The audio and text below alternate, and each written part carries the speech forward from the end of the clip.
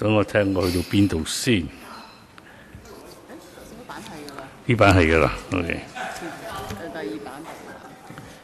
唔係喎，呢個唔係第二版，我呢個 OK。This session will run until 12:25. I'd like to welcome the Secretary for Transport and Housing and his colleagues to answer members' questions on transport. I give the floor to the Secretary for a brief introduction. Chairman, I'd like to brief members on our priority areas under the transport portfolio in the new financial year. Regarding land transport infrastructure, further to the announcement of Railway Development Strategy 2014 in September last year, we're now preparing the planning work for some of the recommended railway projects, including the Northern Link and Two Moon South Extension and East Kowloon Line and Kutong Station.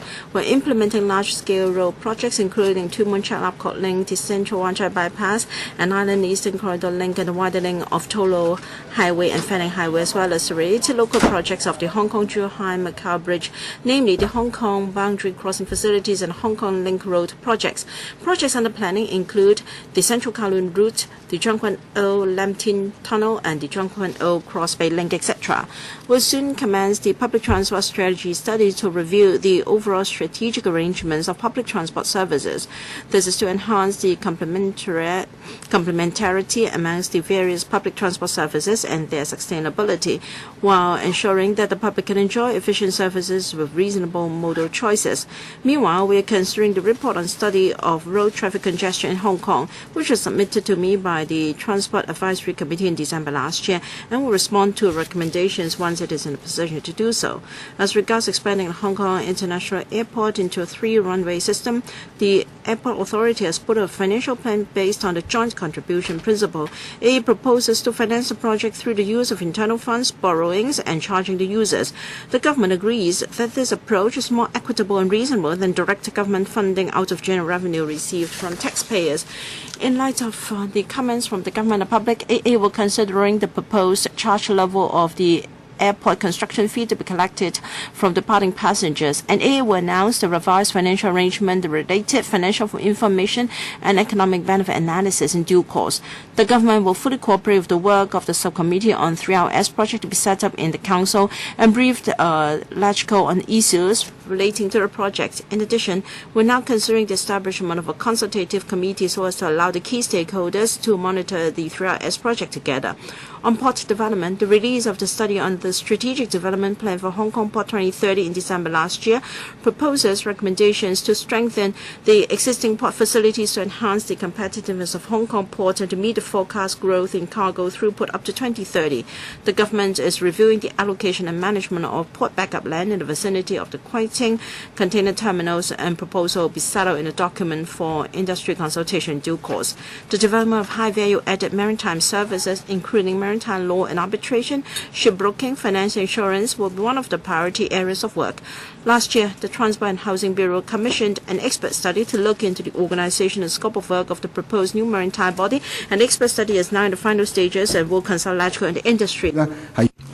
On logistics side, we have reserved 10 hectares of land in Tuen Mun West areas 38 and 49 for high-value added logistics development, and the findings of the related TIA traffic impact assessment have been reported to the District Council.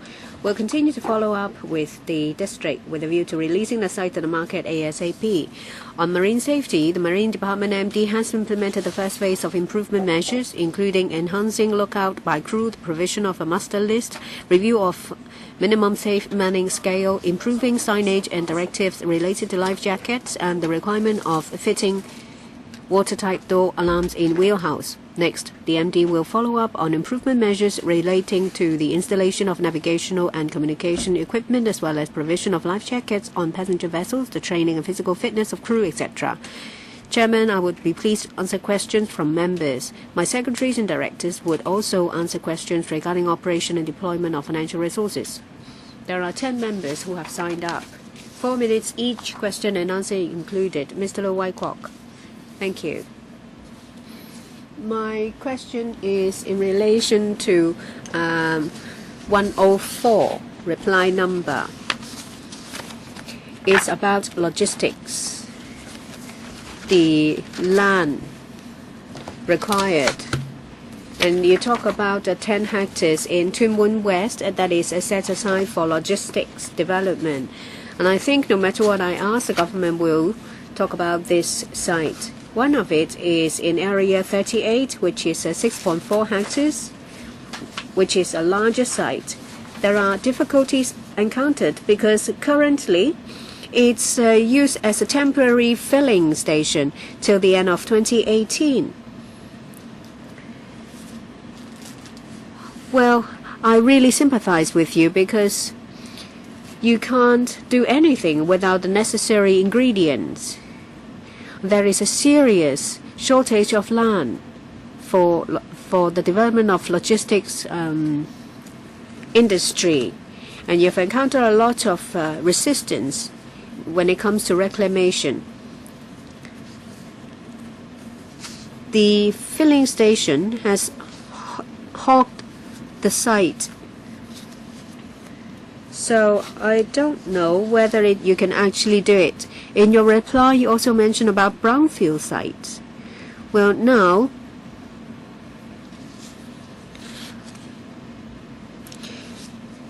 brownfield sites is a solution in the logistics industry because of the shortage of land. It's used for storage of containers and trucks as well. A better solution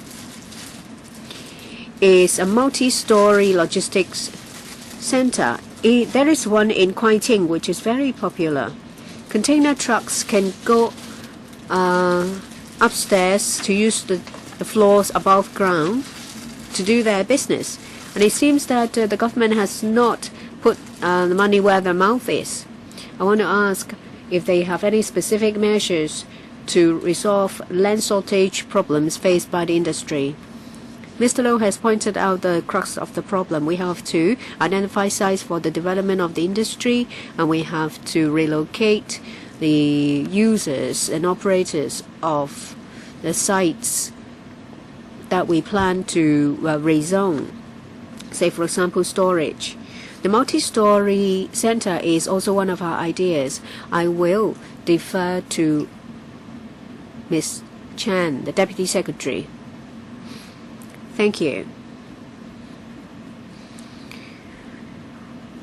The member has outlined the difficulties we are facing when it comes to multi-storage centers.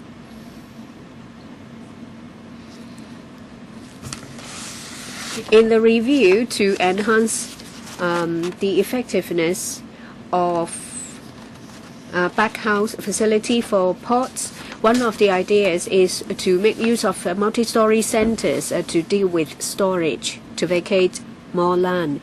We are working on identifying sites in Kwai Ting to see if we can construct multi-story centers. In the past few years, we have released 3 sites in Kwai Ting, accounting for close to 7 hectares of land. There are logistics centers being constructed. Let me interrupt. When it comes to some new PTI, you can make good use of the superstructure.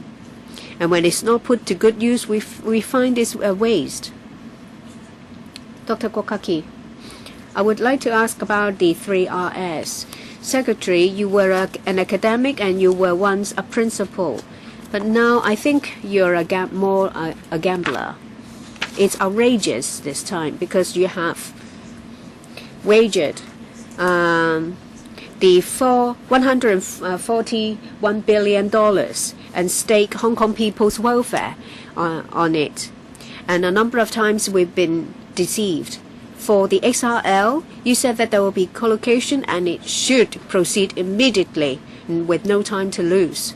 And now we see that for the West Kowloon Station, well, you come to us for funding application when site investigation has not even started. And for the collocation, and there's been cost overrun, we don't know when it will be completed. And Hong Kong-Zhuhai Macau Bridge is the same. And there are a lot of container processing sites in the Pearl River Delta. They won't come to Hong Kong.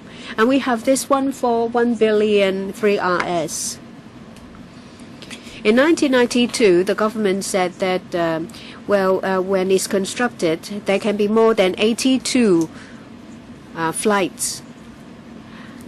And if we are to just shave two hilltops, it's not really feasible.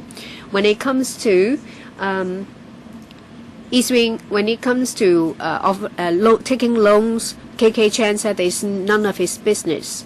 We're talking, and you talk about tens of billions of dollars of dividends that the government will not claim, but it's actually Hong Kong people's money, and you want to put over $100 billion in the hands of the Civil Aviation Department.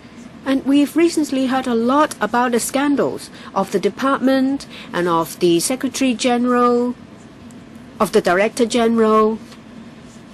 Well, how can you account to Hong Kong people? We don't know where you will be in 2013 when the project fails to take off the ground.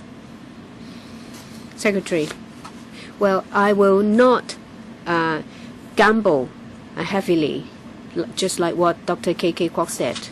But actually in 2010, the Hong Kong IA published a report about the Airport Development Plan 2030. 2030, they talked about saturation of the capacity.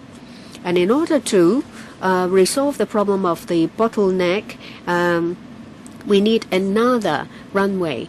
And you're talking about 1992, that was the temporary Hong Kong IA. They've released a report at that time about the different modes of operation of the runway, and it's from 50 flights of a single runway to all the way to 80 flights. But it's subject to a lot of constraint. And it's not the case that you can reach 80 flights per hour by shaving two hilltops. And twice, experts have looked into the possible increase in capacity with only two runways.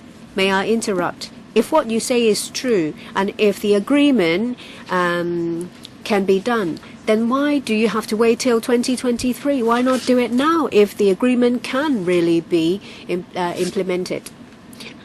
Secretary, in 2007, when the National Civil Aviation of the mainland and the Civil Aviation Department of Hong Kong, they've reached an agreement with a target to implement it in 2023. There are a number of measures that have been under discussion, and there are lots of technical issues to be discussed. The objective is very clear. It's not just about Hong Kong, it's about the 5 major airports in Pearl River Delta to endeavor to find the biggest development possibilities. Dr. Kokaki, I've already asked my questions. Sorry, I am not in top form. Mr. Sin Chung Kai, I want to ask about 2009, and my question, and it's question 9. Well, it says that the CAD didn't do anything. It wasn't active in enhancing the number of flights, and you said that at the end of this year it can reach 68 flights. Then how come it cannot be increased to 88? And some people talk about shaving the two hilltops, and some people said it's not the two bigger hills but the two smaller ones. How come that in how come it cannot be done? Is it the case that in 1992 the report was erroneous, or is it the case that without failing to do that is your fault?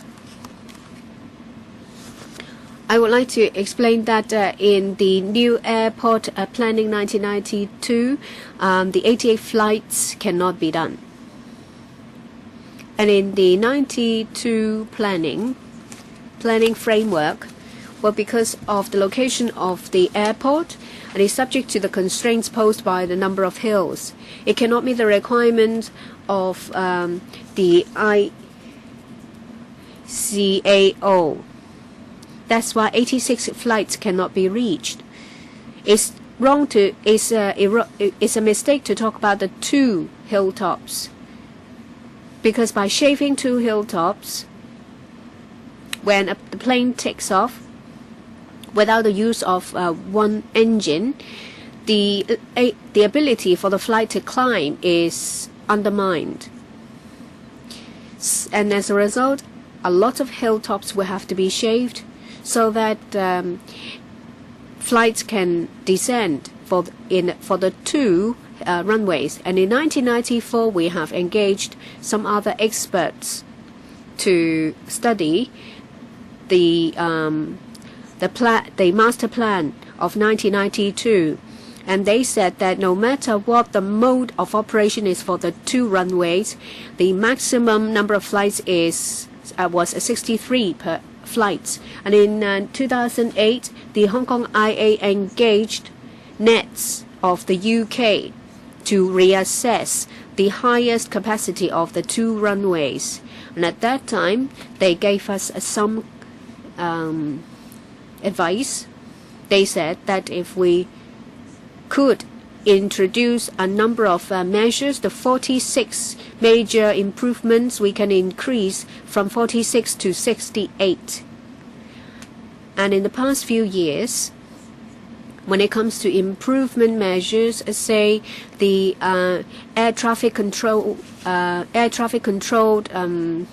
system and the mode of operation, we currently are running 66 flights. At the end of this year, it can be increased to 68, which is the maximum amount. That means the 92 report has never mentioned that the 86 flights. I was wrong when I said 88. Is it the case that in the consultants' reports, it's never been said that it can reach 86 flights? The report mentioned about 86 flights. And at the same time, it was mentioned that because of the high hills, and it cannot use the independent approach and takeoff mode. With a single runway, it can only reach 53 flights. And on 2 occasions, when we've used other organizations to conduct assessments, we found that 86 flights cannot be done. The maximum was only 68 flights. Ms. Priscilla Leung, I would like to talk about 100 and 102. The first one is about ferry service policies. In the transport panel, there was a motion moved. All over the territory, there has been a lot of railway construction. Road traffic is very congested. Then why can't you explore the use of ferry services? In the Hong Kong to Wan Chai ferry service, it was very popular. Why don't you tie it in with the development of the harbour front? Say, for example, allow operators to advertise and to revitalize the use of the waterfront area. Can it tie in with the cruise terminus? Say, ferry service can run from To Kwa Wan to Tsim Sha Tsui for tourists and people in need, to alleviate the traffic congestion on roads. And my second question is this. With regard to delay in the MTRCL projects. Now, Hong Kong is a major terminus. There will be delay. We are given to understand. Now, in fact, the residents are getting more and more impatient. They want the projects to be completed as early as possible. And some have said that there should be compensation for affected residents and shop operators. The residents want some concessionary fares, say for 6 months' time. Then they hope that at the terminus there can be the so-called $2 discount machines.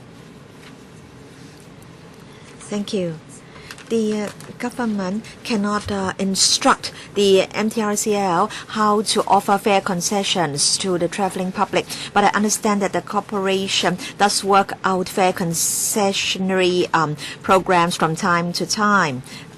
And then ferry services. Now, if there is adequate land-borne transport facilities, then ferry services may have problems concerning viability. At the moment, there are 6 major outlying island ferry routes receiving our special helping measures. So we have to be very careful in looking at the viability of ferry services.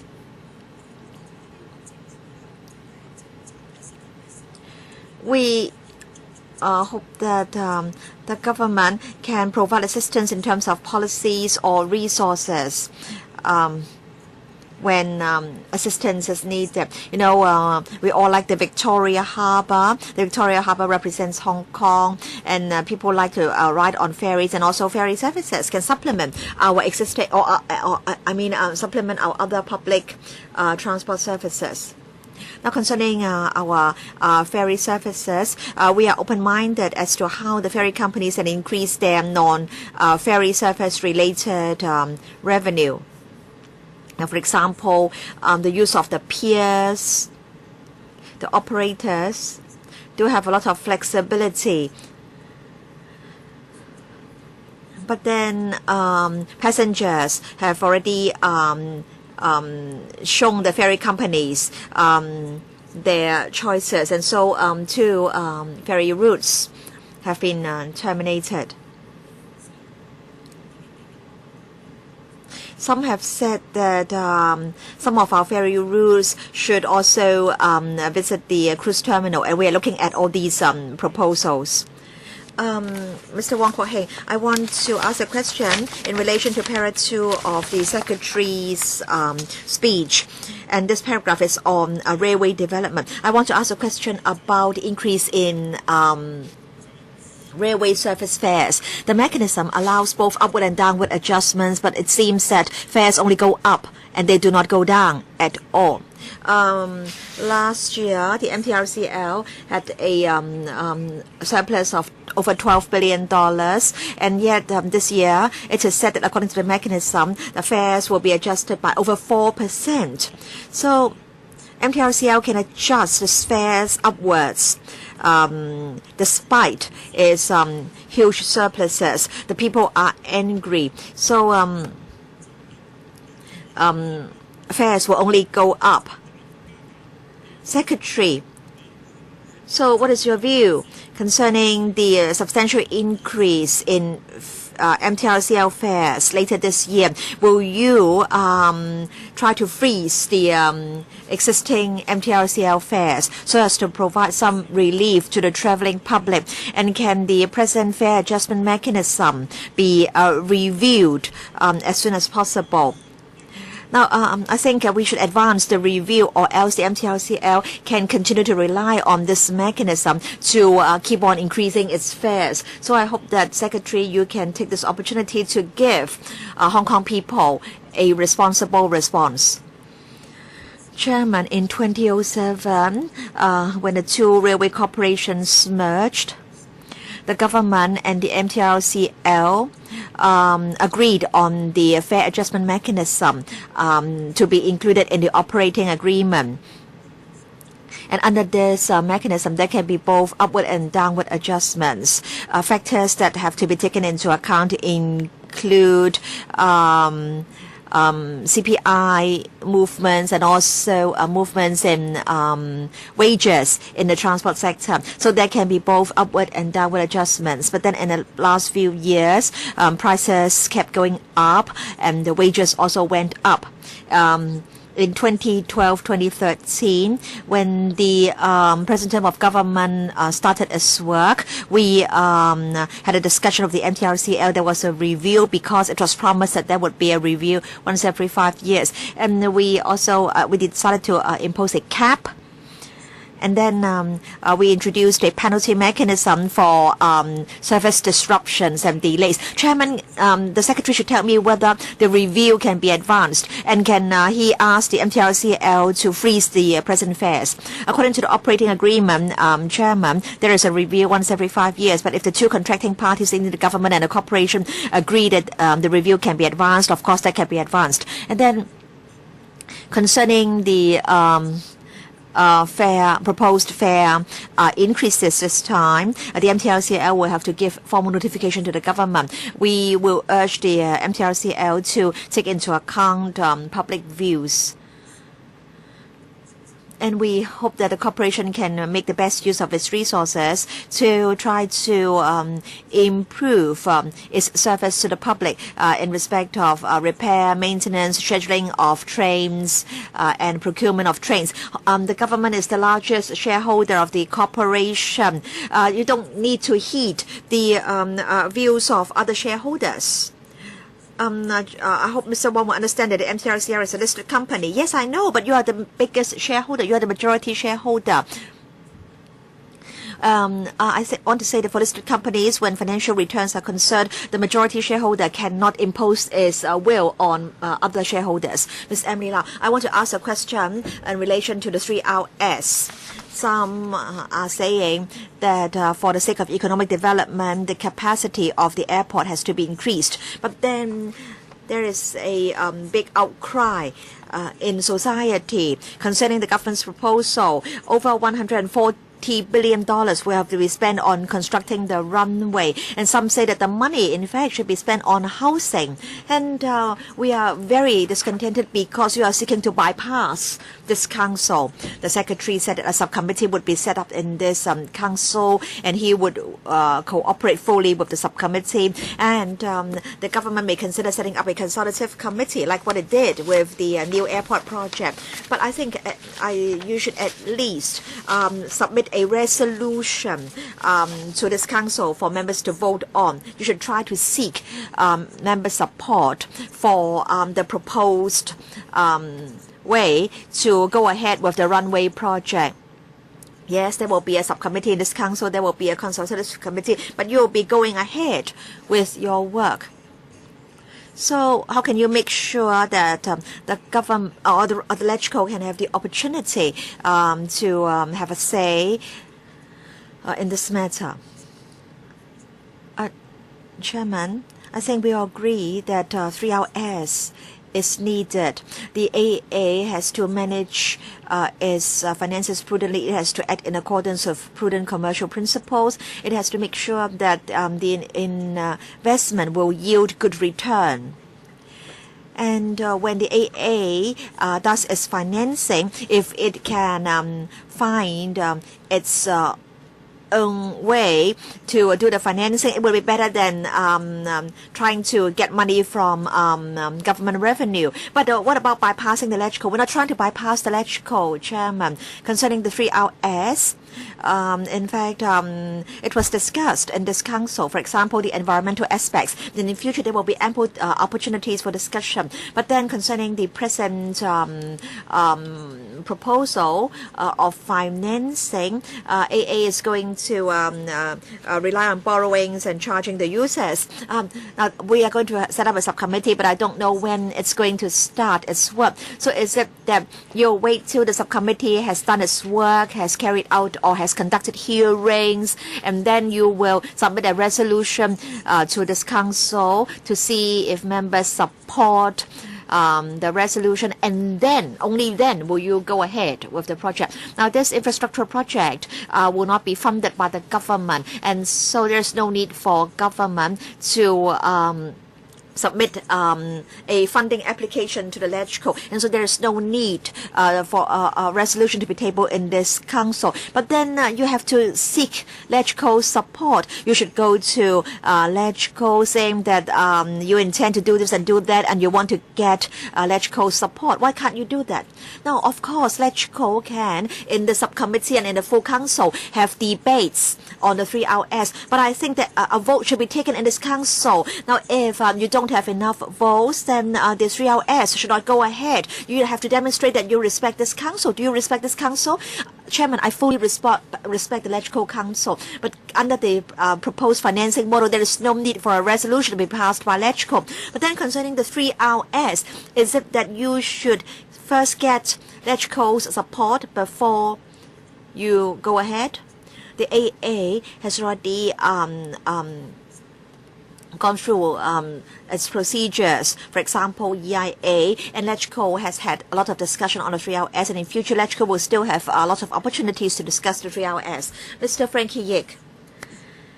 I want to follow up on the shortage of sites for transport and logistics. Ms. Low Wai-Kok mentioned Tuen Mun West, Area 38, whether the land could be available in 2018. And then concerning Area 49, when will the land be released for the development of logistics? I understand that the Tuen Mun District Council in general has expressed support, although some district councillors keep objecting to the proposal. When will the site be released for logistic use? There is a shortage of about 70 hectares, and then concerning depots, we need at least an extra 4 to 5 million square feet. I think the Deputy Secretary can give a reply. Thank you, Chairman. Concerning the 3.6 hectares of land in Tuen Mun, last month we went to the Tuen Mun District Council. District councillors were concerned that there would be adverse traffic impact on the district. We gave some explanations to the district council, and district councillors in general were clear about the arrangements, but they wish to iron out certain details with the bureau. So with the district council support, we'll go to the town planning board, and we hope that the site can be released before the end of the year if everything progresses smoothly. I have got another question concerning land for logistics development. I understand that land is needed for commercial development and residential development, and as a result, some brownfield sites are taken up for these purposes. Now, in the past 18 months, 2 sites were taken back in Kwai Ching. And then I understand that there is a new interchange offering 300 spaces, but then and then 800, a total of 800 places were lost, so to speak. So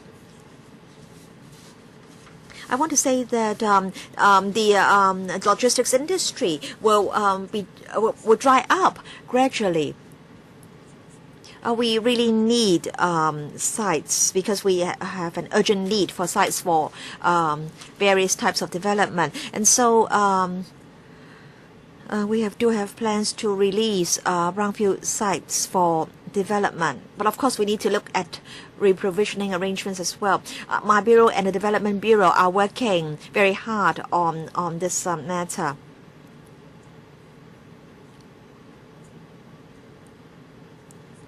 In fact, we've considered the idea of multi-story car parks or car parking buildings for lorries. Regarding branch sites, the community agrees that we should give active consideration to use such sites. But regarding how we can provide the supporting measures, yes, we will think about them. But for alternatives available, the administration is recovering such parking spaces that has a major impact on the industry. And I'd like to ask a question on reply 210. Well, for car parking spaces, you have been increasing parking spaces, and in the Old Kai Tak Airport, we're dropping 1,000 parking spaces. So you are removing parking spaces for large vehicles, what will happen? Well, you have plans to build car parks for heavy vehicles, but the report won't be available in the middle of this year, and you need approval and construction by then. The industry will have dried up. Well, we adopt a multi-pronged approach. The overall demand for parking spaces in the community is being continuously monitored by the TD. I will respond to this question when I have the opportunity later. Mr. Tony Z, in the Secretary's opening remarks, he mentioned that a public transport strategy study will start very soon. And then the TAC has also submitted a report on traffic congestion. So you adopt a piecemeal approach in dealing with traffic issues, and you are not forward-looking enough. So I am a bit disappointed that the fourth RDS will not be done very soon. All right. We don't have enough parking spaces for heavy vehicles. And for the tourism industry, they are also under pressure when it comes to public transport facilities and whether our policies are pedestrian-friendly and bike-friendly. You know, traffic can have major impacts on noise and also air pollution. And if heavy vehicles and commercial vehicles can use cleaner fuels, that you can save a lot in terms of noise barriers and other measures to clean up our air. So I think you must have an overall strategy in dealing with all traffic-related issues. Otherwise, people will have the impression that you are adopting a stopgap approach. All right, I'd like to follow up on reply 197. Access to traffic information. We want to be a smart city, and this your portal data.1 is your public sector information portal data.1 is rather outdated and it's not attractive enough. And in your apps, at least 6 of them are related to traffic information. Have you considered consolidating all these apps so that the apps can be more user-friendly and members of the public can have access to more information easily, so that they don't have to go to different apps to get what they want? Secretary, regarding information available on the web, I will defer to the Commissioner. But for the use of electrical vehicles, yes, we agree to this target, and the Environment Bureau is the leading department on this. But when it comes to the make, model, and price, some motorists may not want to use electrical vehicles, and under the efforts of the EB, the government is increasing charging facilities for the public. Now, I am talking about mainly commercial vehicles. The Transport Bureau should take the lead. You should not rely on the EB alone. You must have a strategic target. Otherwise, you can't do it. What I'm saying is, under the Division of Labor in the government, EB is the leading bureau, but we're also involved. Regarding the public sector information portal data.1, we devoted some efforts in designing the web page in order to make it user-friendly. But I do agree that there is always room for improvement. We welcome feedback from users, and we will do our very best to improve the website, and we welcome comments from Mr. C. Now, if you want to know the driving speed, you go to one app. You want to look for parking spaces, you go to another apps. Mr. Yu Siwing, reply number 18. My question is for the CAD. In the past 5 years, has received 4,000 applications for fuel surcharge, and 200 of them were rejected. What is the reason for that? And some airlines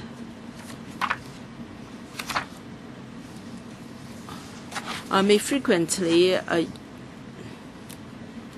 use unreasonable justifications, and they're rejected. And does the administration have any mechanism to deal with such applications?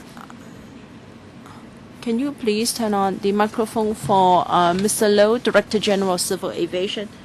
It's true that there were about 200 applications rejected because the rate of increase was too high, and so these filings were not approved. For airlines that frequently propose excessive increases of fuel surcharge, or does the CAD have any mechanism to deal with such unreasonable filings? Director General, each application is on a case-by-case basis, and they can apply every month. We have an established mechanism to work out the rough increase. If every time the application is higher than the level we've worked out, the filing will not be approved. Mr. Yu Siwing, but a certain airline has frequently proposed an unreasonable rate of increase. Do you have any mechanism to tackle it, or do you just reject all its applications? So far, we don't have any mechanism to deal with an airline which proposes an unreasonable rate of increase every time, because it is entirely the airline's decision when it comes to the rate of increase. Mr. Yu, reply 156. The XLS is expected to be commissioned in 2017, and there should be co-location of facilities. I don't see any concrete arrangements in the reply. Still, do you have a timetable for phased implementation and the division of labor among different departments, so that when it is commissioned in 2017, we know what to expect? Secretary. The XLL has always worked towards target of having co-location arrangements. We are now still exploring the co-location arrangements very proactively. The SJ leads a working group, interdepartmental and interbureau working group, because there are a lot of legal and other issues involved, and we've been discussing with the relevant officials on the mainland. When we have a concrete implementation plan, we're going to announce to the community. Mr. Yu Siwing, do you have any plan for division of labor and timetable for implementation? Even though you have not come to any conclusion, what is your preparation? The various procedural and technical issues involved in our plan, of course we have it, and we also have a time frame in mind. Mr. Leung Kwo Hong, it's just like on the mainland, people just knock down a cow before talk about compensation. I don't want to interrupt, but the box in front of you is blocking my eyesight. Now you have built an XLL at $18 billion, and you talk about co-location arrangements.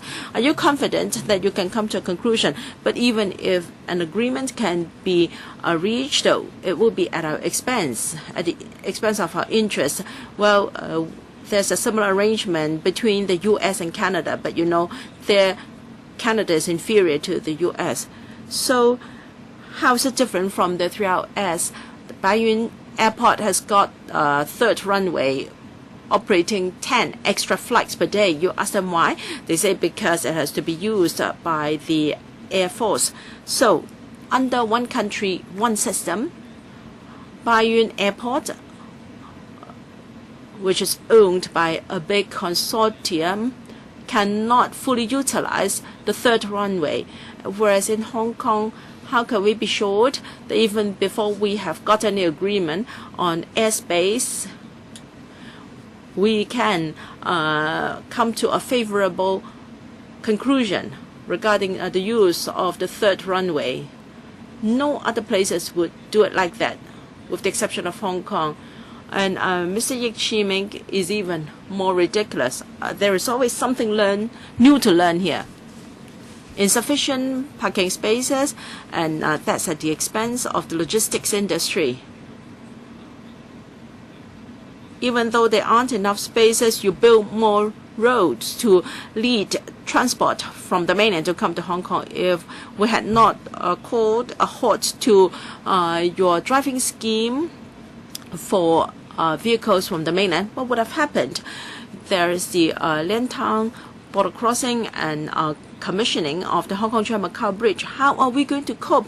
What kind of a transport policy is this? Do we have the DG of Civil Aviation here?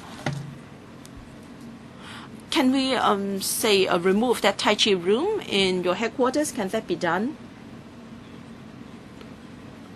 DG, Tai Chi room.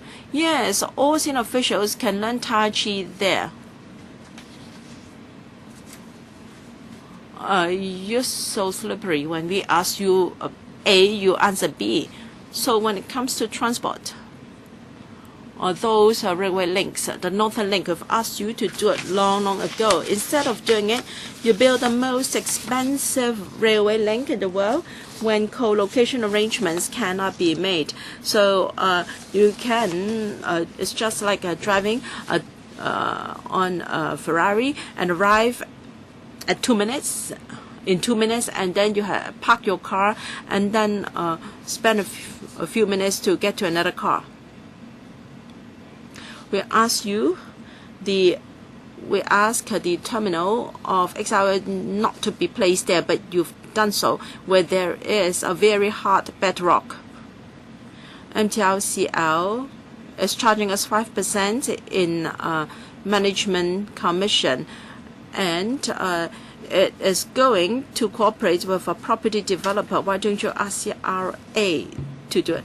In the past, I didn't like to go out for vacation, but now I do like it. Those SDU tenants are there crying out for help. You can address the issues with very little money. Mr. Ma Fong Kwok, Mr. Poon Siu Ping. Thank you, Chairman. I'd like to follow up on reply number 22. The voluntary registration scheme for vehicle mechanics. According to the administration, every year a few dozens of applicants were rejected. I know the reasons for their rejection. And then reply number 39, a question asked by Mr. Kok Wai Kwang on railway safety. Since its commencement of work, there have been over 400 accidents, industrial accidents involving the XRL. And as for SILE, there's been over 200 accidents since commencement of works. We're told that there would be actual inspection to monitor the safety performance of the MTRCL.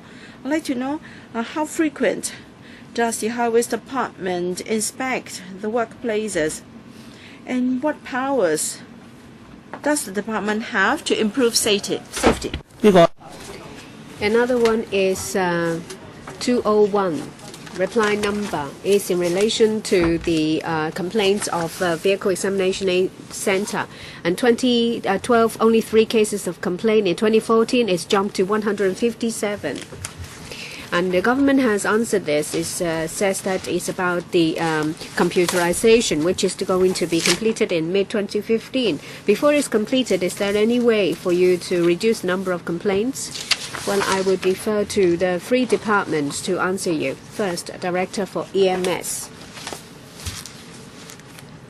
I thank Mr. Poon for his question in relation to the registration of vehicle mechanics. Progress has been good. We have received over 6,000 registrations from vehicle mechanics. Every year, there is a small number of mechanics who cannot fulfill minimum requirements. Say, for example, when it comes to the registration of vehicle mechanics, we require the mechanics to, on every application for registration, have completed some continuous education courses in the past 3 years. Some mechanics cannot provide the relevant information in the application, and we do our best to get them to sign up for these courses so that their registration can be renewed. Department for Highways Department. We attach a lot of importance to road safety.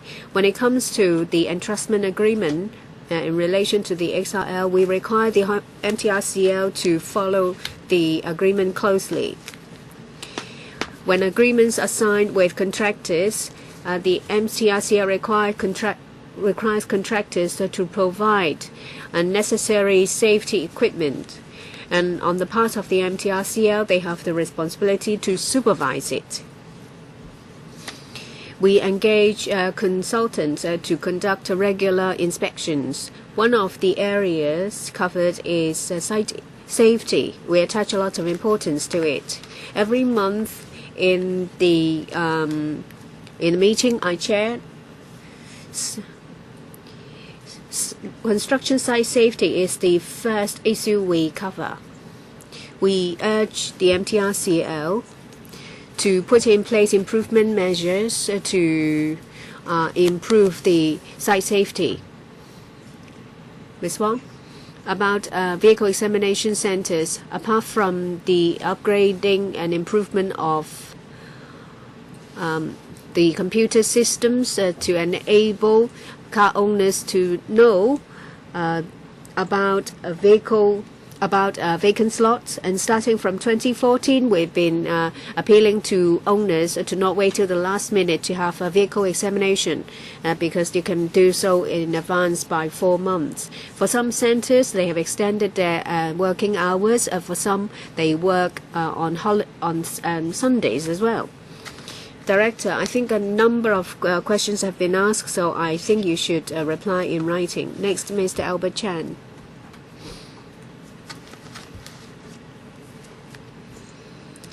When it comes to transport, the Secretary is responsible for road transport, air transport, and sea transport.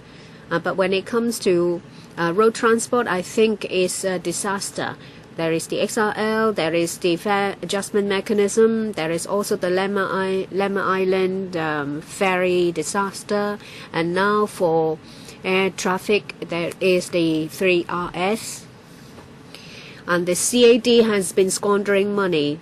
So you can't really control your subordinates, and you can't control anyone. The CAD has built a wonderful office. It was for to be used as a dance practice room, and then it's turned into a Tai Chi room.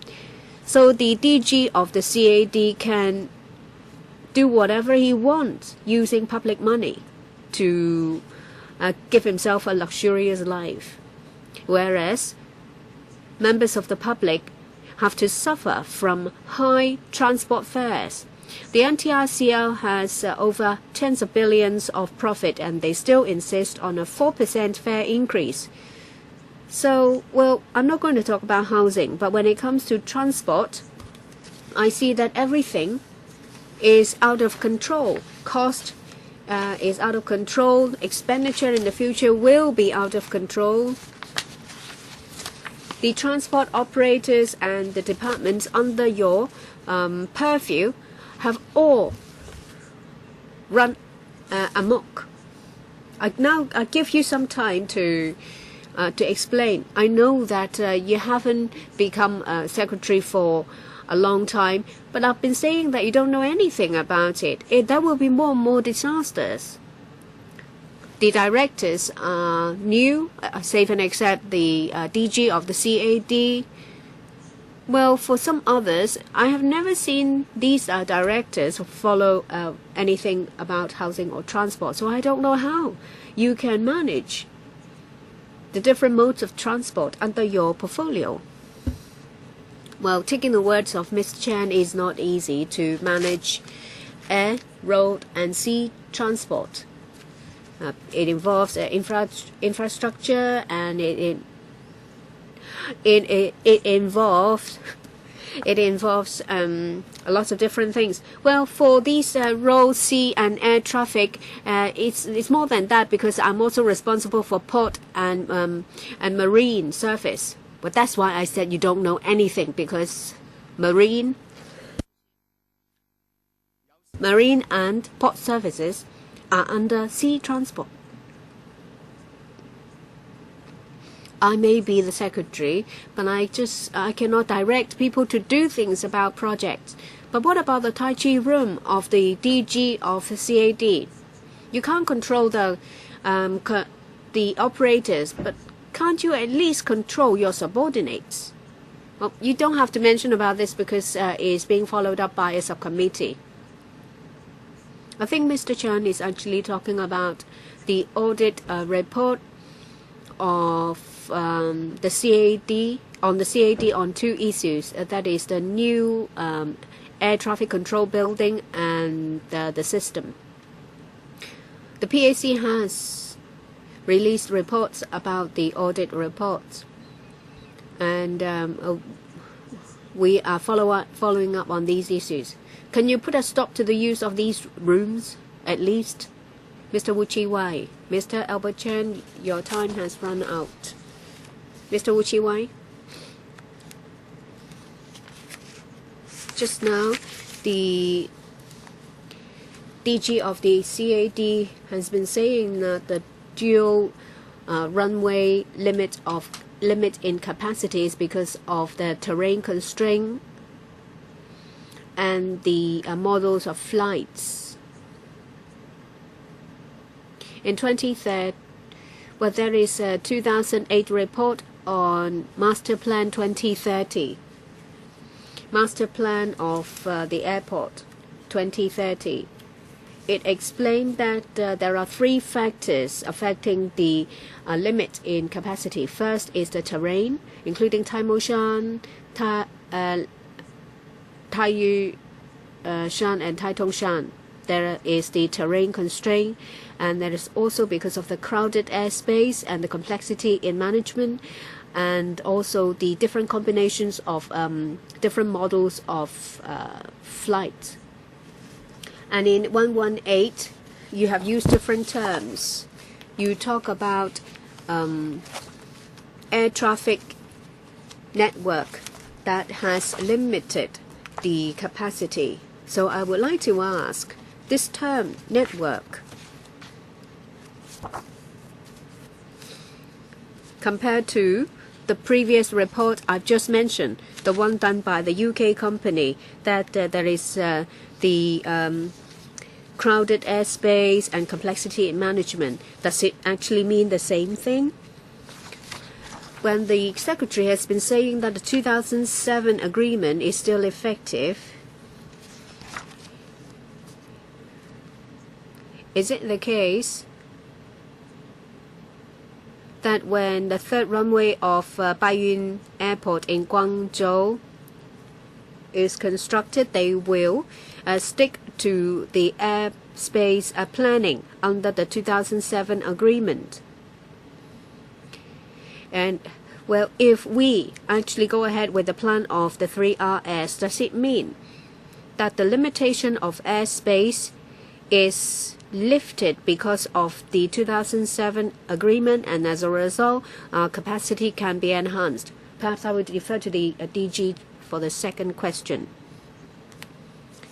I would like to talk about the 2007 proposal, improvement of airspace in Pearl River Delta. Under that proposal, it affects mainly three airports: Shenzhen, Macau, and Hong Kong, because the distance between these three airports are quite close. and the angles all is 90 degrees for all three, and as a result, the flight operating procedure is much more complicated. When there is a new runway in Guangzhou, in Shenzhen, Guangzhou, and Hong Kong, they will affect one another. So when we were working on the 2007 proposal before it's implemented, we have taken into account the future development of the airports, conduct a simulation about 2020. There will be about 5,000 flights a day. In the simulation, we found that the proposal is feasible. That means with new runways being planned, the airspace can be put to use under the agreement in 2007. Mr. Chen Kam-lam, a lot of people are talking about the 3RS. I declare that I'm a member of the board of directors of the Hong Kong IA. I am not going to say that I will object or support this because of my capacity. Over the years, the DAB has been supporting the development of air traffic in Hong Kong, of air transport in Hong Kong. And in the past few years, there has been a lot of discussion. And in general, there is a discussion, there is a general support, mainstream support of the 3RS. And I heard from someone that the construction of the 3RS is actually a gamble. I strongly disagree with that because the capacity of our airport will be saturated in the coming 2 to 3 years. Are we going to develop?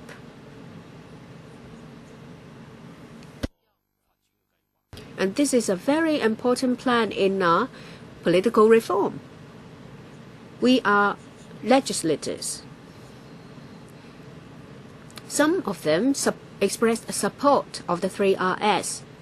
And today, they use the same topic to attack the government and to try to hinder policy implementation and governance of the government. This is very unwise.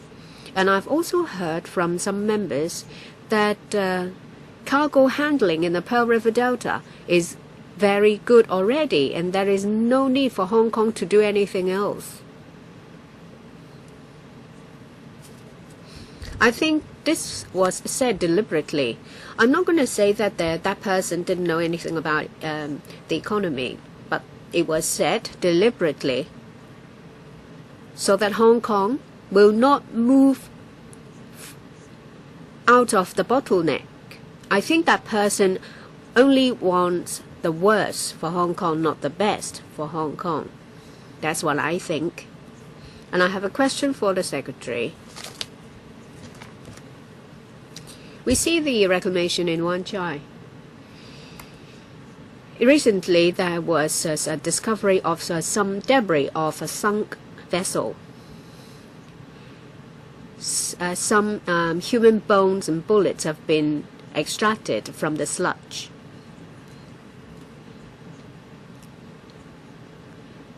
And I would like to know whether there is going to be any savage exercise in relation to this discovery. If so, will it cause delay of the Wan Chai reclamation and in turn increasing cost? Has the government made any contingency in this regard?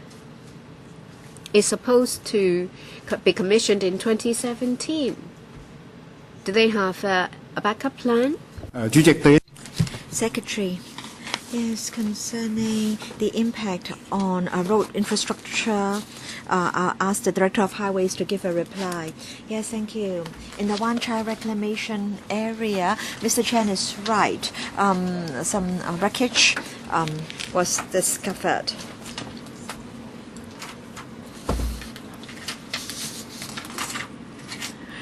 We need to construct the tunnel for the central Wan Chai bypass. We are now having discussions of the CEDD to see whether there will be any operations. For example, how we can avoid delays. Members, now this session will have to end at 12:25, and I don't think we can allow a second round. Mr. Gary Fan, 033 and 034, Chairman. Now in 033, I asked about co-location. I asked whether the government had Plan B if a co-location could not be carried out. Today is April Fool's Day. I think the government has been fooling Hong Kong people around. Do you know that $80 billion have been spent on this White Elephant project? This is going to be a white elephant if there is no co-location. So we are told that XRL may be commissioned by 2017. But then if there is no co-location, then the design of the terminus will be affected, and there will be some delay cost. So in 2020, funding for the XRL was approved. Since then, has our government had any discussion with the relevant authorities? Has our government studied the fallback position if co-location doesn't materialize? Have you assessed the losses that Hong Kong will suffer? Is there a plan B? If the answer is yes, can you announce this or make public this plan B? Yes, Chairman, that was in fact before I joined the government. But anyway, concerning the economic effectiveness of the XRL, that was assessed on the basis of co-location at West Kowloon. And so in the past 2 years, we tried to find ways to make co-location happen.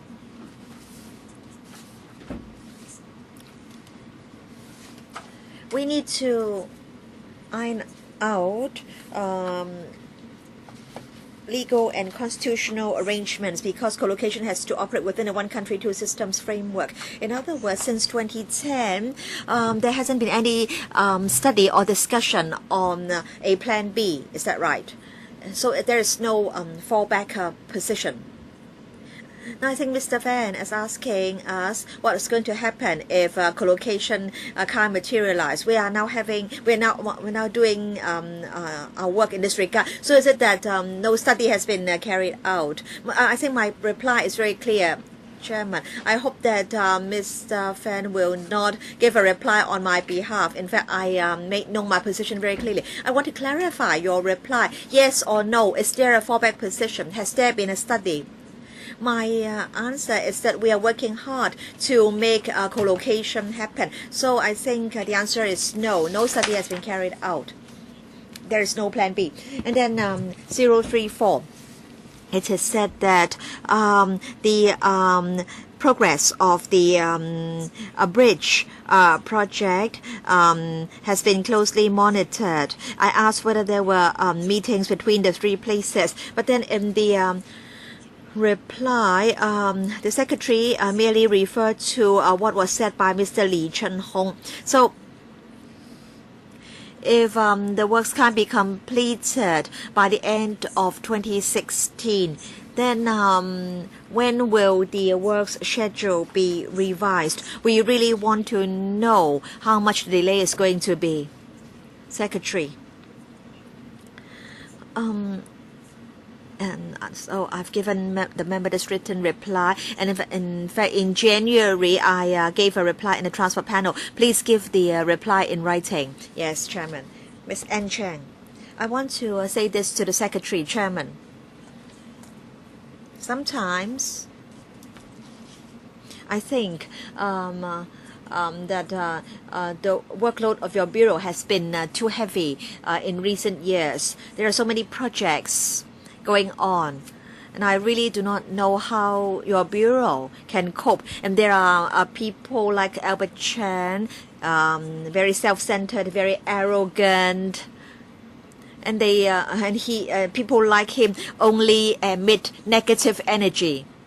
And he said that the Bureau didn't do well in respect of air, land and sea transport. So it seems that everyone is unable to do his or her work well. Only Mr. Albert Chan has performed excellently. Anyway, I think the 3RS must go ahead.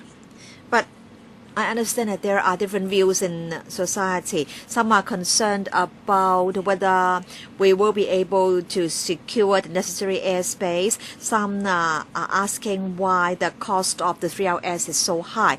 And I am trying to tell people that they need not be worried. Secretary, you will not be coming to LegCo for funding. So the AA will do its own borrowing, and I'm sure those who are interested in lending money to the AA will scrutinize the proposal very, very clearly. And I think there is no harm in charging users of the airport for the funding for the 3RS. Some say that Hong Kong people should be exempted since they should not be asked to pay double tax. I think you can also consider this option, Secretary. And earlier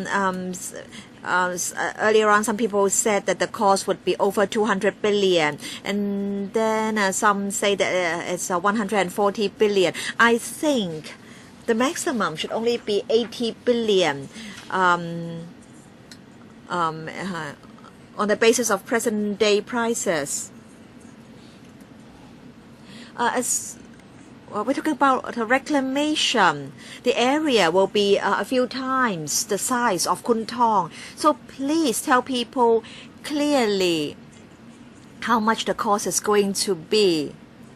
Now, because there will also have to be a railway system. So it's like building another airport. You do have a PR department, don't you? I think you should, like the police, ask your PR staff to meet the public or meet the media from time to time. Do not let politicians with ulterior motives smear you. I think we all know that you are a very competent and honest secretary, so you do not need to heed the comments of those people.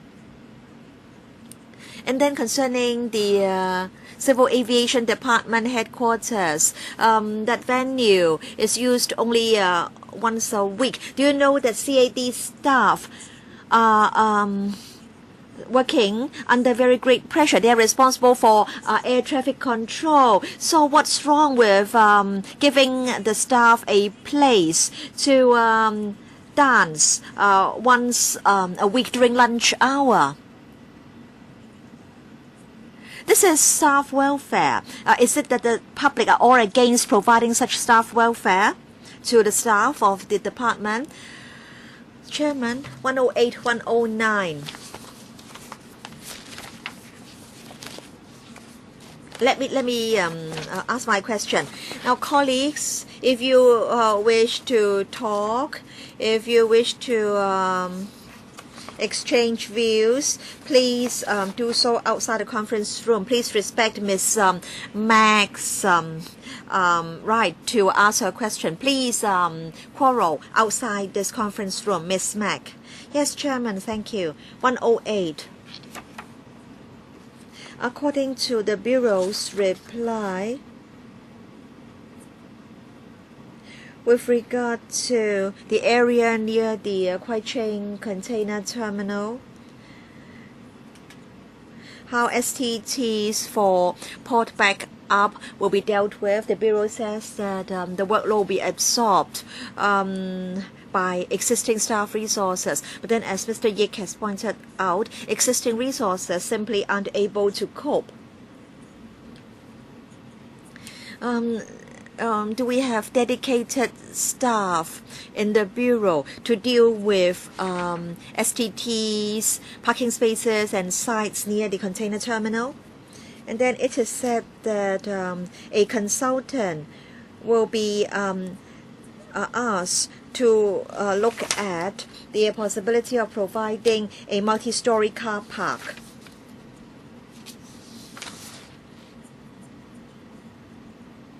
I believe this car park will be, or this multi-story car park will be for lorries.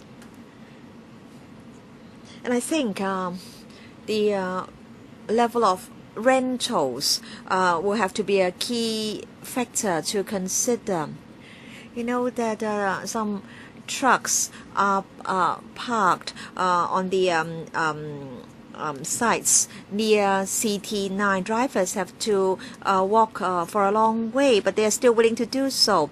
So I think rental is the most important factor. I don't want the car park to become a very unpopular facility because of high rentals. And then 109, it's about the tolls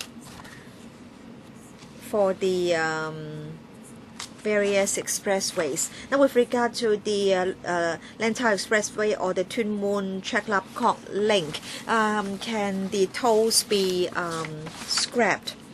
The government says that it needs to consider the cost and the users pay principle. But I think you should also look at public affordability and acceptability. Do you know that Lantau residents can't afford the Lantau Link toll? For those living in Tin Shui Wai, they can use Tuen Mun Highway. They do not have to or make use of Thailand Tunnel. So there is a free of charge choice for them. But then for those who live on Lantau Island, they have no choice. And if we are going to have a logistics park on Lantau Island, then the toll must be scrapped, or else the sites will not be attractive at all to the logistics industry. Yes, thank you. Now, concerning the Lantau Link, the Commissioner for Transport can supplement. And then sites near the container terminal. Now, in fact, in reply 108, we said that we would absorb the workload with our existing resources. And then if we are to have a multi-story car park and other facilities, we may need extra staff. So we will carry out a cost-effective study for the proposed multi-story car park. Commissioner, we've received some comments to the effect that the Lantau Link toll should be scrapped or reduced for the benefit of Lantau residents. But then a bus can carry over 100 passengers, and so the toll is spread or shouldered by all the passengers. Or say if a lorry carries 300 catties of vegetables, then the toll per catty is small. But then for and I think fuel costs and time costs for those flying between Lantau and the urban area are much higher.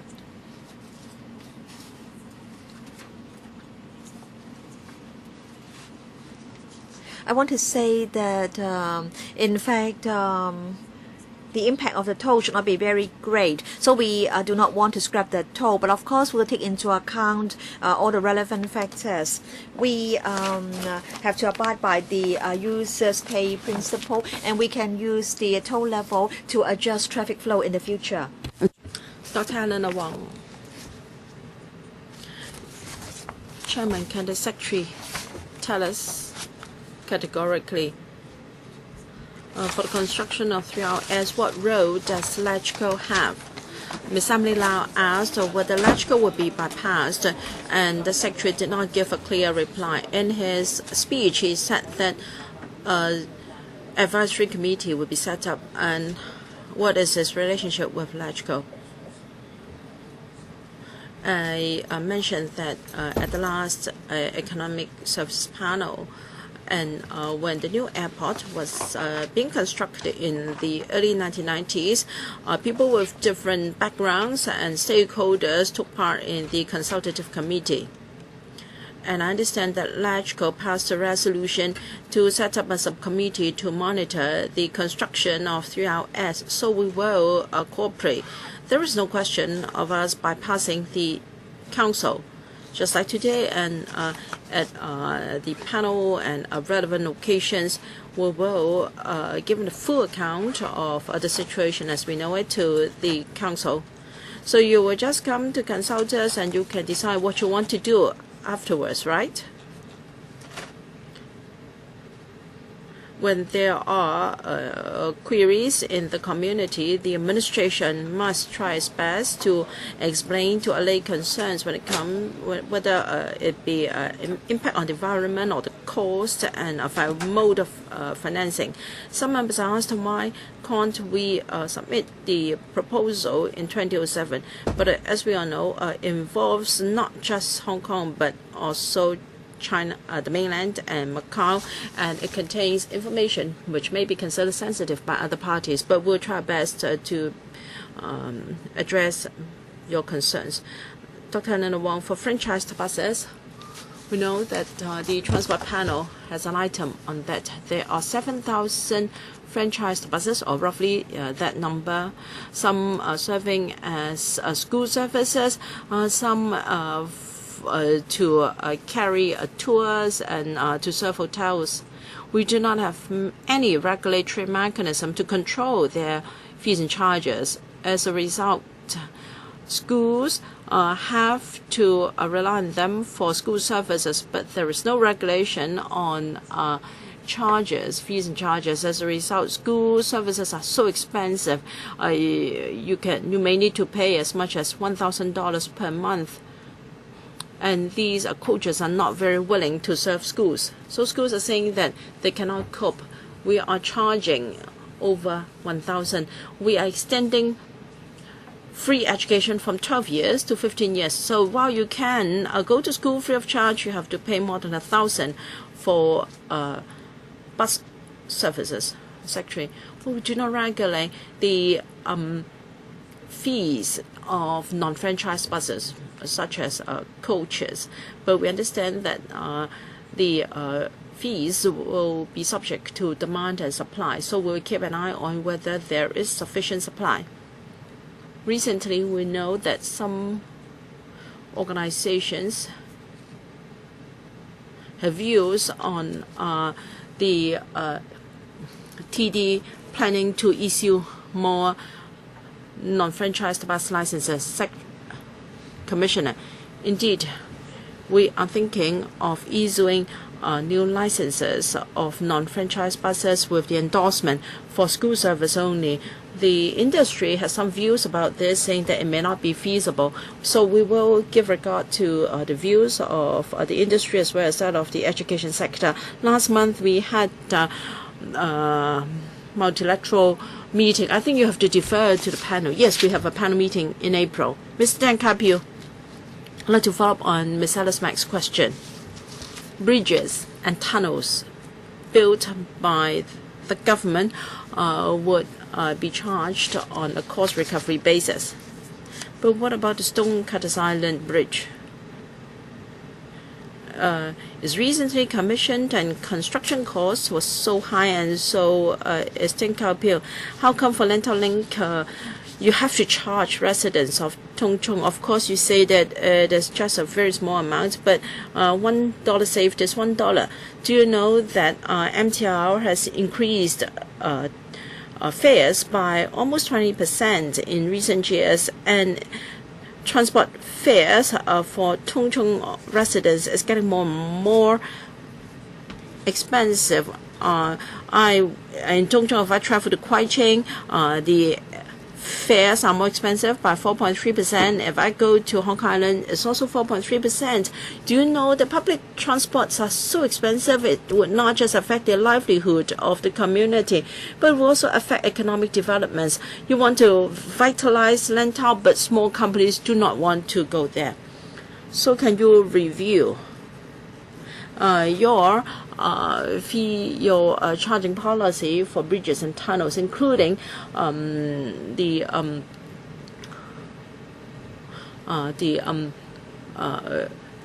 situation in 2016. Secretary, well, charging policy of fee of bridges and tunnels. Well, the consideration is not just for cost recovery, otherwise we would have toll roads all over the territory. We have to consider the impact on patronage. Now, when it comes to cross-harbour tunnels and the Hong Kong cross-harbour tunnel and West Harbour crossing, why do we have to collect a tariff or a toll? Because it's about usage. There was a proposal to increase the tunnel toll for Hong Kong harbour crossing and reduce the fees for Eastern Harbour crossing. However, the plan was shelved because of the possible traffic impact on the link roads. How can we better divert traffic for the 3 tunnels? Well, it is a matter close to the heart of the administration. When the Eastern Harbour crossing is returned to the administration in 2016, and when the Central Wan Chai bypass is commissioned in 2017, we can consider how traffic can be distributed among the 3 tunnels more comprehensively. So you will have to wait until August 2016 when EHX is returned to the government before you conduct a review. Does that mean that come August 2016, when EHX is returned to the government, there will be no change in toll? You would adopt a wait-and-see approach? And secondly, what about removing the toll for Lantau Link? What will be the impact on the traffic of Lantau? 0 toll for Lantau Link. I don't know whether the TD has conducted any study on that. Commissioner, the flow of Lantau Link has a lot of spare capacity to accommodate more traffic. If the toll is removed, of course, more vehicles may opt for Lantau Link. But it will not cause the link to be overloaded. But as I explained, Mr. Michael Tian, Secretary, if starting from today, we plan for a new airport entirely independent of our Chalapko airport. Using your professional judgment, how long will it take until the new airport can be commissioned? 20, 30 years. Mr. Tian asked about my professional knowledge. Well, my expertise is not in construction of an airport, but you should have discussed with a consultant, right? In the 1990s, the Chalapko airport was planned. Of course, back then there was no EIA requirements. Please give us a rough estimate. It's hard for me to estimate. Take the 3RS as an example. Commencement in 2016, completion in 2023. How long? I think because there is reclamation and this and that, the time should be long. So the Secretary's reply tells me that the whole SAR government has not done anything at all on this issue. We're spending $140 billion to buy 34 flights per hour. That will keep our position as an aviation hub in between 2025 to 2032, and after 2032 it will be over. So it's impossible that we'll stop at 102 flights per hour. All right, if starting from today we plan for a new airport and with 3 one-ways to accommodate 102 flights per hour, And to avoid the flight path of PRD, we can build on the eastern side of Hong Kong. So you have not considered what Hong Kong should do beyond 2032. So if we start planning for a new airport now, perhaps by 2035 we can have a new airport. So isn't it better than spending $140 billion for another 34 flights, and then there will be a gap, and then before we start building a new airport? Secretary, the proposal to build a new airport elsewhere has not gone through our any evidence-based study. Now, the EIA requirements are very high when it comes to reclamation, and the same applies to the construction of Hongqiao Bridge. So this term of government has never considered what Hong Kong should do beyond 2032. Now, 3RS has been discussed for a few years. AA started to consult the community in 2010. There were a lot of public consultation, opinion polls, and there was a support. So you agreed that by 2032 the 3RS will be saturated, and you admitted just now that the government has not done anything on the proposal of a new airport, so that our ultimatum is in 2032.